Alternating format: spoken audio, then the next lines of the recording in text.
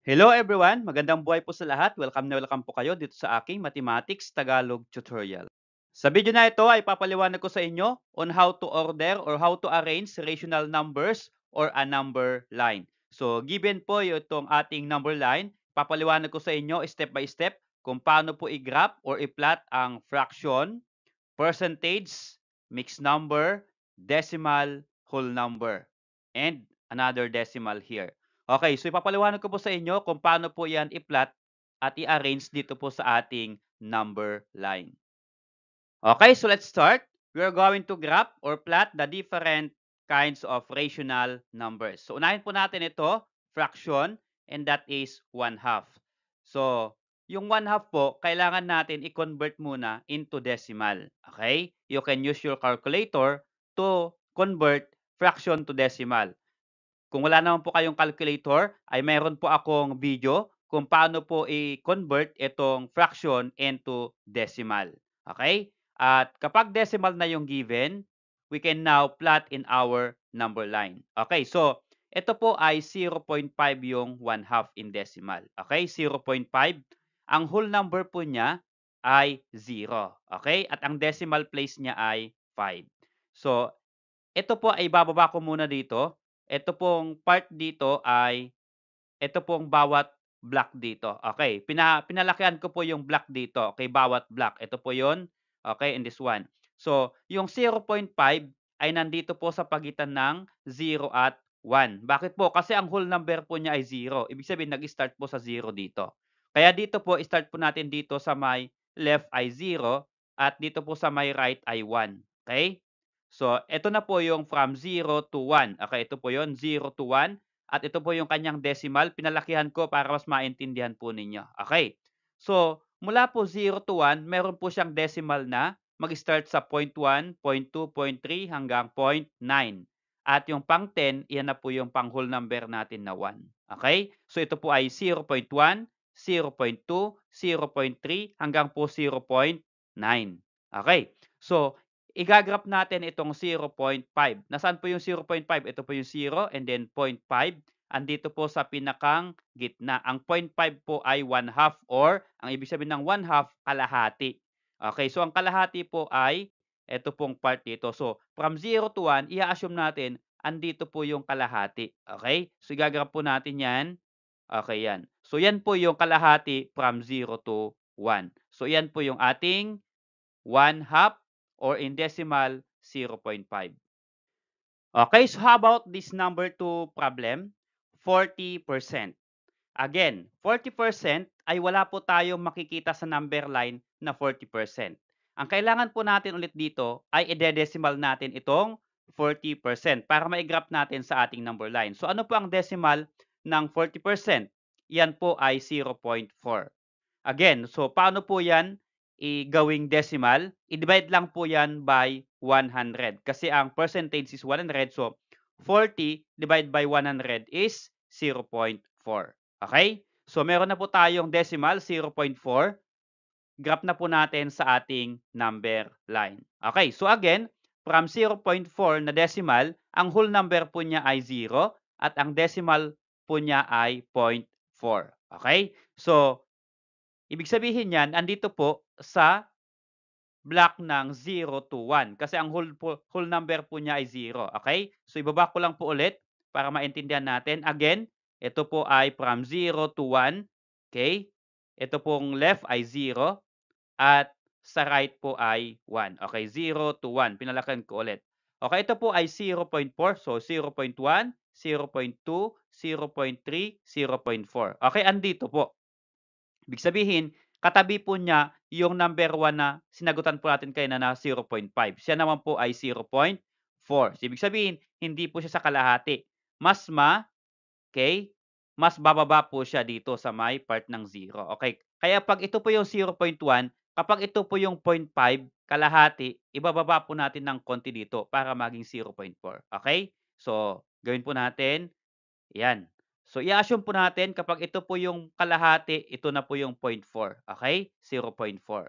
So, yan po ay 40%. Okay, so next, for number 3, ito po ay 1 and 1/2. Ito na po yung pangatlo natin. So 1 and 1/2 is a mixed numbers. Okay, so again, ang 1 and 1/2 po, wala po yan sa ating number line. Kailangan po nating decimal. Okay, so ang decimal po niyan ay 1.5. Again, ang 1/2 sa number 1 kanina ay 1/2. Ito po ay 0.5. Meron po siyang whole number na 1, kaya 1.5.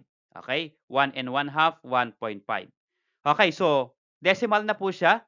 Puwede na po nating i-graph sa ating number line. Okay, so dito hindi na po 0 yung kanyang whole number. Ang whole number po niya dito ay 1 at ang decimal po niya ay 0.5. Okay? So nasaan po yung 1.5 sa ating number line? So since 1 po ang whole number niya, dito po tayo mag-start sa whole number na 1. Okay, 1 hanggang 2. Nandito po siya sa pagitan ng 1 and 2, yung 1.5. Okay, ibaba ko po yung ating block from 1 to 2. Kaya gawin po natin itong 1 at ito po ay 2. Okay? 1 and then 2. So 1 ito and then 2. Ito na po yun from 1 to 2. So pinalagan ko ulit dito. Okay, so ito po ay 1.1, 1.2, 1.3, 1.6 and so on hanggang 1.9. Okay? So ito po ay 1.5. Ito po ulit kalahati. 1.5. Okay, kalahati po mula 1 hanggang 2. Okay? So ito po yung 1 at 2. Nandito po sa kanyang kalahati yung 1.5. Okay, lagay po natin diyan. Okay, so ito na po yung 1.5. Okay, 1 ang whole number and then 0.5 kalahati. So lagay po natin yan yung kanyang mixed number na given, 1 and 1/2.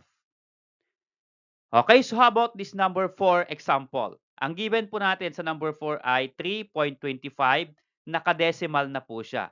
Ibig sabihin, no need to write it in decimal. Okay? So, pwede na po natin yan i-graph sa ating number line. Okay, so ang given po dito ay dalawang decimal, 2 decimal place, 0.25.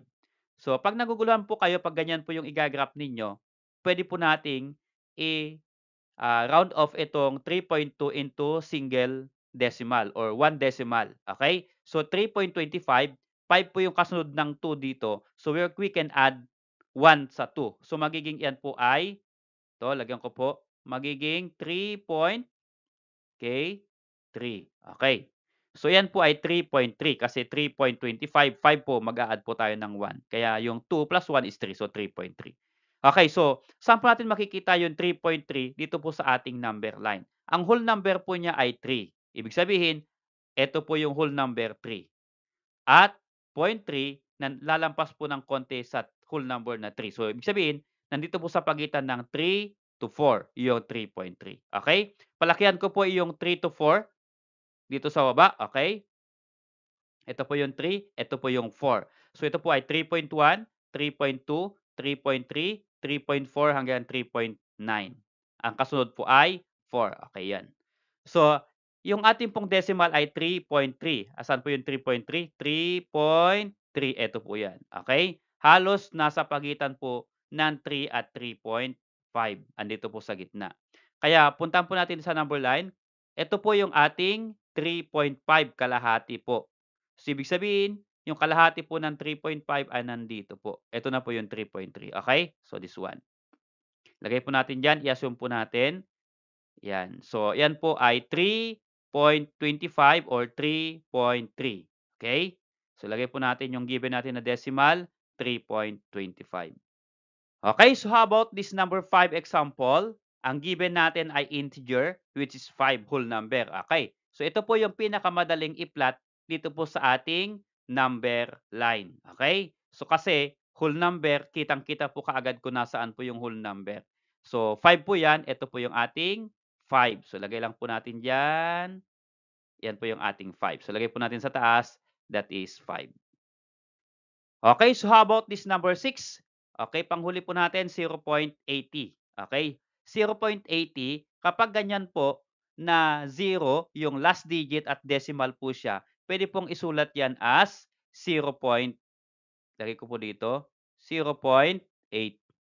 So pwede na pong tanggalin yung 0 sa dulo. Para hindi po kayo malito, baka maghahanap po kayo ng 0.80 sa ating number line. Okay, so 0.8 or 0.80, ang kanyang whole number po ay 0. Ibig sabihin, again, nandito po sa 0 to 1 yung 0.8 or 0.80. Okay? So, again, ibaba ko po yung 0 to 1 na block. Okay, yan po yan. So, from 0 to 1. So, ito po ulit ay 0.1, 0.2 hanggang 0.9. Ang given po natin ay 0.8. So, 0.8 andito po. Ibig sabihin, medyo malapit na po dito sa 1, yung 0.8. Okay, kapag ito yung 0 to 1, ay assume natin andito na po yung 0.8 sa ating number line. Okay? So, yan po yan. So, lagay po natin sa taas, 0.8. Okay, so yung ating pong given na different rational numbers ay pwede pong i-graph ng minsanan using pwede pong gamitan ng letters. Yung iba pong activity may letters. For example, 1/2 is A, 40% is B, hanggang 0.80 ay F. Kaya kapag i-graph po natin ito, pwede pong gamitin itong letters. Okay? So, pwede pong gamitan ng letters. Okay, 0 point. Yan po yung ating i-graph po kanina hanggang F. Okay, so ito na po yung graph ng different rational numbers using letters. So, pwede naman pong yung mismong numbers. Pagdikit-dikitin po natin dito. So, gawin po natin. Okay, so ito naman po kapag numbers. So, pwede naman pong ilagay sa tapat yung different numbers. Yun nga lang, kapag kasi numbers dito at medyo malaki yung mga numbers na ilalagay natin, magkakadikit-dikit na po sila dito. Kaya minsan, ang ginagamit po namin ay letters parang kitang-kita po kaagad kung nasaan yung letters. Okay? Maraming salamat sa pod kaibigan. Kung nagustuhan mo yung video na to, please click like and subscribe kung bago ka pa lang po dito sa aking channel. So, subscribe po ninyo kasi mag-upload pa po ako ng different lessons about grade 7 math matatag.